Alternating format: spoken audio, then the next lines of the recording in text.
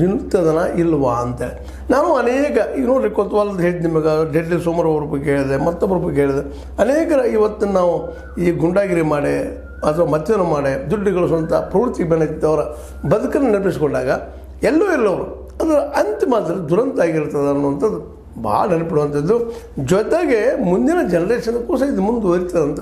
ದ್ವೇಷ ಅನ್ನುವಂಥದ್ದು ಏನದಪ್ಪ ಅಂದ್ರೆ ಇದು ಒಮ್ಮೆಗೆ ಶಾಂತ ಆಗುವಂಥದ್ದಲ್ಲ, ಸದಾ ಉರಿಯುವ ಬೆಂಕಿ ಇದ್ದಂಗೆ ಅಂತ. ಅದು ಇವತ್ತು ರಿಕ್ಕಿ ರಾಯ್ ಅವ್ರ ಮೇಲೆ ಅವ್ರ ತಂದೆ ಮೇಲಿದ್ದಂಥ ಈರ್ಷೆ, ನಮಗೆ ಆಸ್ತಿ ಕೊಡಲಾರ್ದನ್ನುವಂಥ ಭಯಂಕರವಾದಂಥ ಮಾನಸಿಕ ಸ್ಥಿತಿ, ಇವೆಲ್ಲ ಕಾರಣಗಳಿಂದಾಗಿ ರಿಕ್ಕಿ ರಾಯ್ ಮೇಲೆ ದಾಳಿ ಆಗಿದ್ದೇನು ಸುಳ್ಳಲ್ಲ.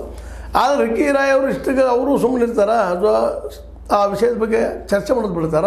ಇಲ್ಲ, ಅವರಾದರೂ ಸಹಿತ ಇದನ್ನು ಮುಂದುವರ್ಸ್ಕೊಂಡು ಹೋಗುವಂಥ ಎಲ್ಲ ಸಾಧ್ಯತೆಗಳಿದ್ದಾವೆ. ಒಟ್ಟಾರೆಯಾಗಿ ಇದು ಹೇಳಬೇಕಾಗಿದ್ದೇನಪ್ಪ ಅಂತಂದ್ರೆ ಭೂಗತ ಲೋಕದ ಇತ್ತೀಚಿನ ಒಂದು ಸ್ವಲ್ಪ ಏನಂತೀರಿ ನೀವು ಇದಕ್ಕೆ, ಭೂಗತ ಲೋಕದ ಜನ ಇತ್ತೀಚೆಗೆ ಒಂದು ಸ್ವಲ್ಪ ಕಡಿಮೆ ಆಗ್ತಾ ಇದ್ರೇನೋ ಅನ್ನುವಂಥ ಮಾತುಗಳನ್ನು ನಾವು ನೋಡ್ತಾ ಇದ್ವಿ. ಇತ್ತೀಚೆಗೆ ಅಂತ ಕಟ್ಟೆಗಳಿಗೆ ಕಾಲ್ತಾ ಇಲ್ಲ. ಜಯರಾಜರಂಥವ್ರಾಗಿರ್ಬೋದು, ಮುತ್ತಪ್ಪರಾಯರಂಥವ್ರಾಗಿರ್ಬೋದು, ಡೆಲ್ಲಿ ಸೋಮನಂಥವ್ರಾಗಿರ್ಬೋದು, ಅಗ್ಲಿ ಶ್ರೀಧರ್ ಅವರು ಒಳ್ಳೆ ಎಜುಕೇಟೆಡ್ ಇದ್ದಂಥವ್ರು ಆ ಲೋಕದಲ್ಲೇ ತಿರುಗಾಡಿ ತಮ್ಮ ಬದುಕನ್ನು ಎಷ್ಟೋ ತೊಂದರೆಗೆ ಸಿಗಿಸ್ಕೊಂಡವರು, ಇವತ್ತು ಸಿಕ್ಕಾಕಿಕೊಂಡವರು, ಇವತ್ತು ಅವರೆಲ್ಲನೂ ತಮ್ಮ ಬದುಕಿನಲ್ಲಿ ಏನೋ ದಾಡ್ತಾ ಇದ್ದಾರೆ. ಇತ್ತೀಚೆಗೆ ಏನೋ ಸ್ವಲ್ಪ ಮೌನ ಆಗಿತ್ತು ಬೆಂಗಳೂರಿನಲ್ಲಿ ಇತ್ತೀಚೆಗೆ ಭೂಗತ ಏನಂತೀವಿ ಘಟನೆಗಳು ನಡೆದು ಭಾಳ ಕಡಿಮೆ ಆಗ್ತಾ ಇದ್ದು ಅಂತ ಒಂದಿಷ್ಟು ರಿಪೋರ್ಟ್ಗಳಿದ್ದು.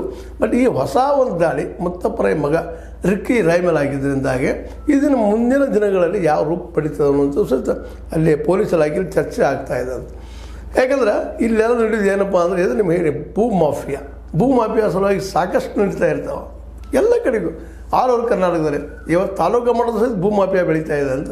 ಈ ಅತಿ ಲ್ಯಾಂಡ್ ಗ್ರ್ಯಾಬ್ ಮಾಡುವಂಥದ್ದು, ಗಳಿಸ್ಬೇಕು ಅನ್ನುವಂಥ ಅತ್ಯಂತ ದುರಾಶೆ ಇವತ್ತಿನ ಎಲ್ಲ ಘಟನೆಗಳಿಗೆ ಕಾರಣ ಅಂತ.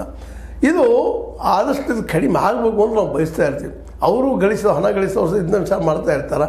ಬಟ್ ಈ ಒಂದು ದುಡ್ಡಿನ ವ್ಯಾಮೋಹದಲ್ಲ, ವ್ಯಾಮೋಹನಕ್ಕಿಂತ ಬದುಕಿ ಅನಿವಾರ್ಯವಾಗಿ ಈ ವ್ಯವಸ್ಥೆ ನಮ್ಗೆ ತಯಾರು ಮಾಡ್ತಾ ಇರ್ತದೆ. ನಮಗೆ ಇಲ್ದಾಗ, ನಮ್ಮ ದುಡ್ಡು ಇಲ್ದಾಗ